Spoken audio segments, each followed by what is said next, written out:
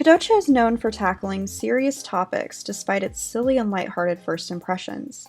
The experiences these characters have throughout the series feel so raw and authentic, almost like you're watching a story based off of real people. We see these characters experiencing difficult family situations while transitioning from childhood to adolescence.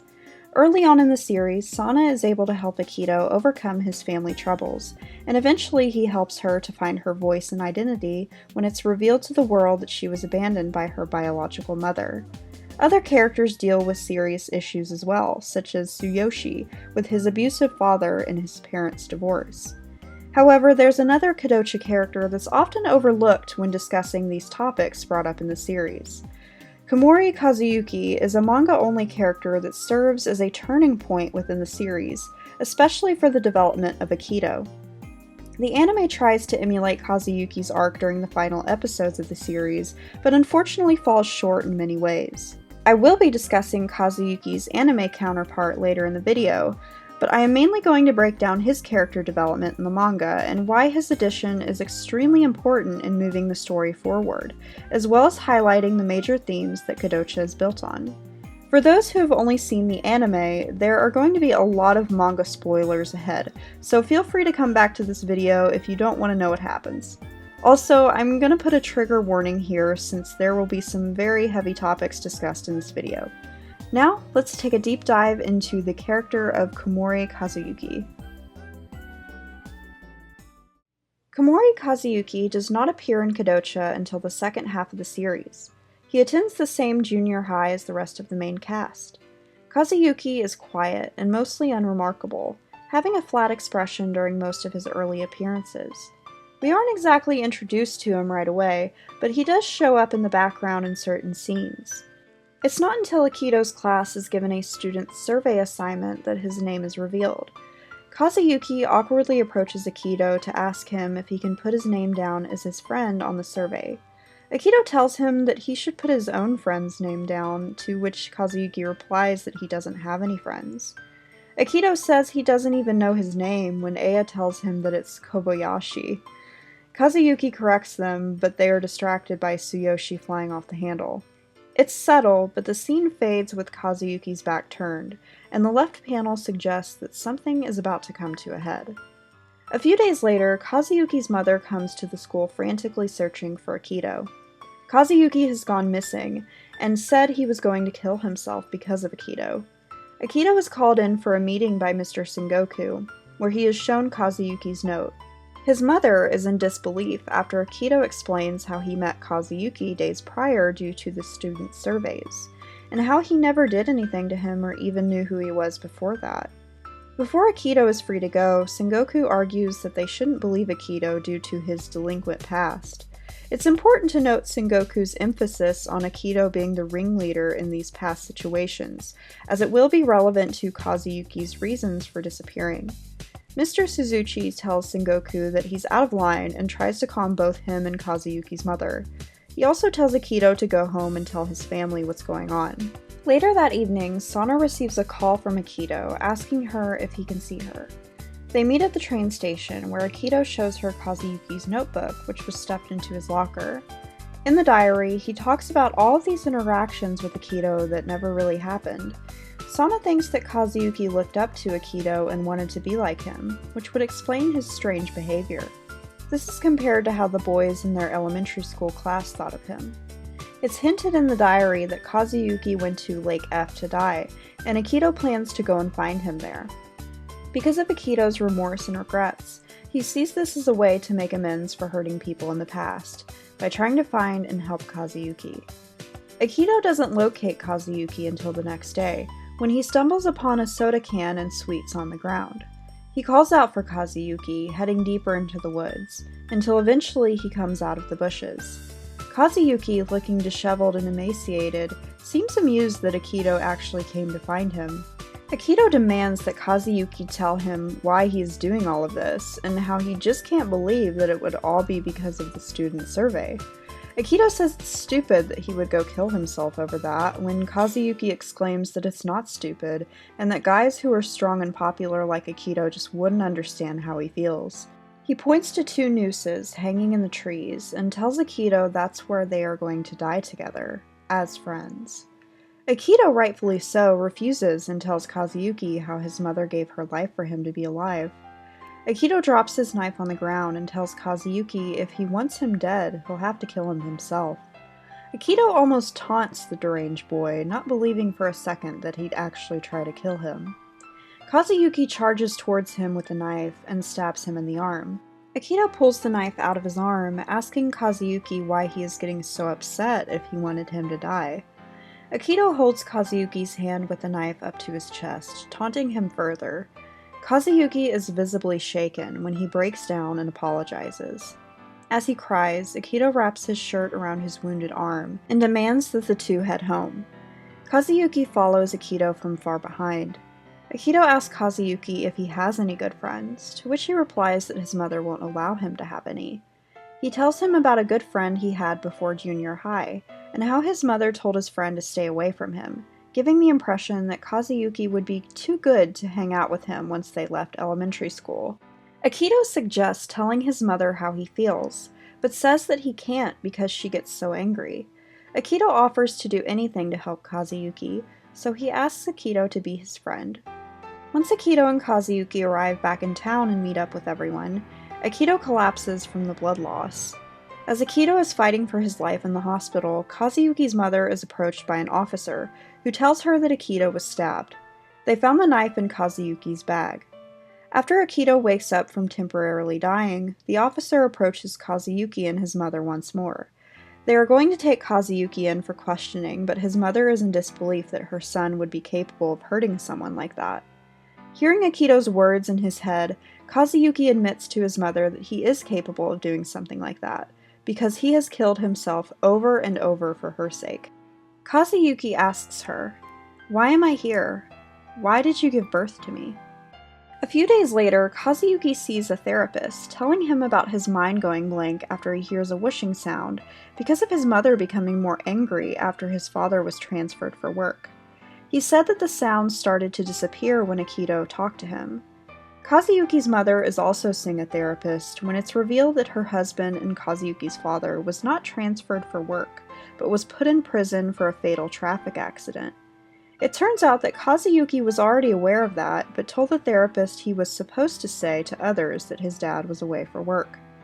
In the aftermath of Kazuyuki's turmoil, him and his mother plan to move away. Sana and Akito go to the train station to say goodbye to him.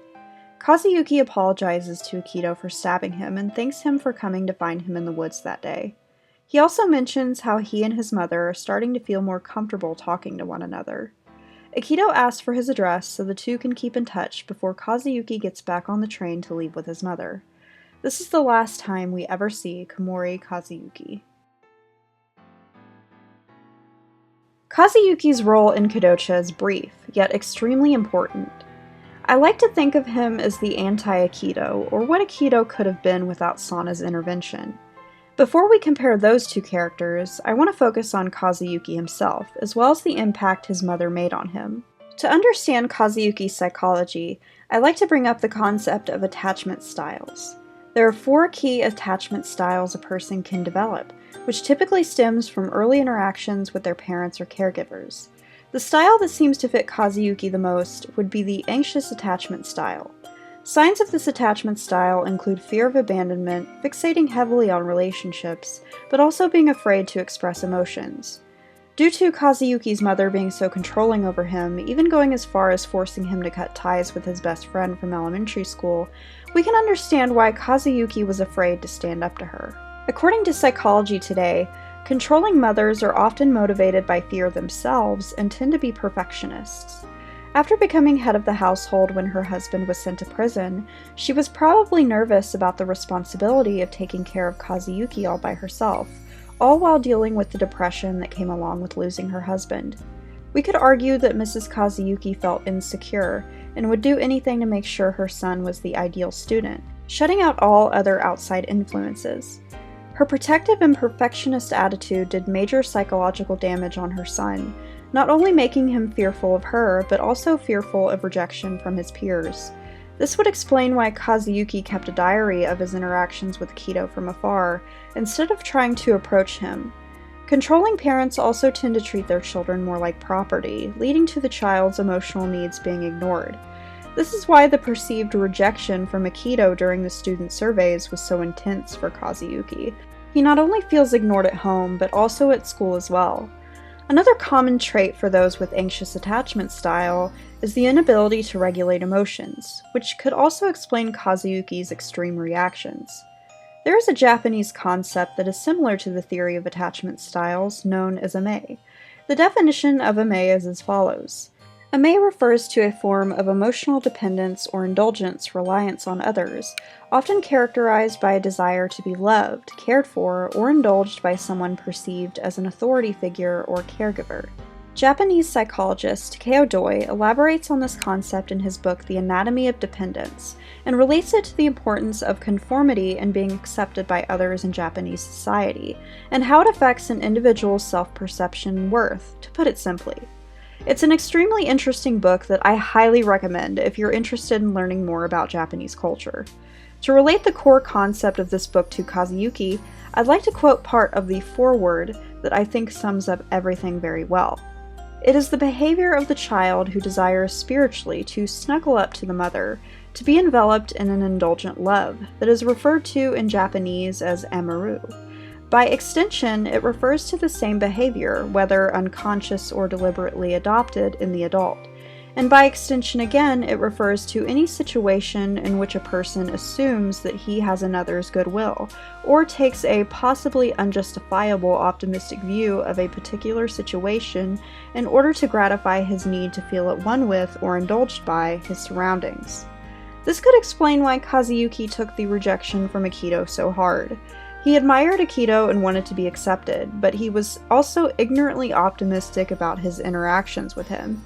And of course, this could explain why Mrs. Kazuyuki's treatment of him did so much damage to his psyche. The bond between a parent and child should be loving and open, not filled with fear and anxiety. If we go beyond the interpersonal dynamic of Kazuyuki and his mother, and shift our focus on the possible influence of his culture on him, it really puts things into perspective as to why Kazuyuki felt such an intense desire to die. Suicide, unlike in many Western countries, is tolerated in Japan, and is even seen as a noble act in some cases. Because the Japanese prioritize being accepted by society at large, it can make people who aren't or don't have close relationships feel like they aren't worth being a part of the culture. If we take this into account, it's possible that Kazuyuki viewed the act of taking his own life as one that would benefit society, since he was an outcast and not accepted by those around him. One of the most important aspects of the Kazuyuki arc is how it highlights Akito's development. Like I mentioned earlier, my belief is that Kazuyuki is meant to be the opposite of Akito, and the main reason for this is to show just how much Akito has changed since the beginning of the series, going from an angry, misunderstood delinquent to a hardworking adolescent who aspires to succeed in karate and help his friends. His growth is especially apparent when taking a closer look at the scene in the forest when Kazuyuki is about to stab him. Doesn't this scene look familiar? This scene is a parallel to the scene all the way back at the beginning of the series, when Akito hands Sana a knife and tells her that he wants to die. In both scenes, Akito is the one handing the knife to the other person. However, his attitude is completely different with Kazuyuki when compared to his confrontation with Sana. With Sana, he was genuinely miserable and wanted to die when he gave her that knife. With Kazuyuki, Akito has an air of confidence, and gave Kazuyuki the knife because he believed that he really didn't want to hurt anyone or die. He just didn't want to be sad or alone anymore. As Akito puts it at the end of Volume 8, he believes that he could have turned out like Kazuyuki or even Mr. Sengoku if he didn't have someone like Sana in his life. I find it really interesting how these scenes mirror each other. It really shows how much Akito has changed during the series. Another interesting thing to note is the difference between Akito and Kazuyuki's relationships with their mothers, or rather their attitudes towards them. Since his mother died giving birth to him, Akito never really got to know what a mother's love felt like until Sana reenacted her movie scene with him, and he realized why his mother gave birth to him. This fact is also emphasized when Akito briefly speaks with his mother before coming back to life in the hospital. Kazuyuki never felt love from his mother, or really anyone as far as we can tell, as she created an environment where Kazuyuki had to stuff his own needs down in order to please her, conditional love being the unstable foundation for their relationship. When he asks her why she gave birth to him and she has no response, this also highlights how alone Kazuyuki truly was. Akito knew that Kazuyuki's feelings weren't being heard, and Akito could relate to that, which is why I think he was so determined to help him.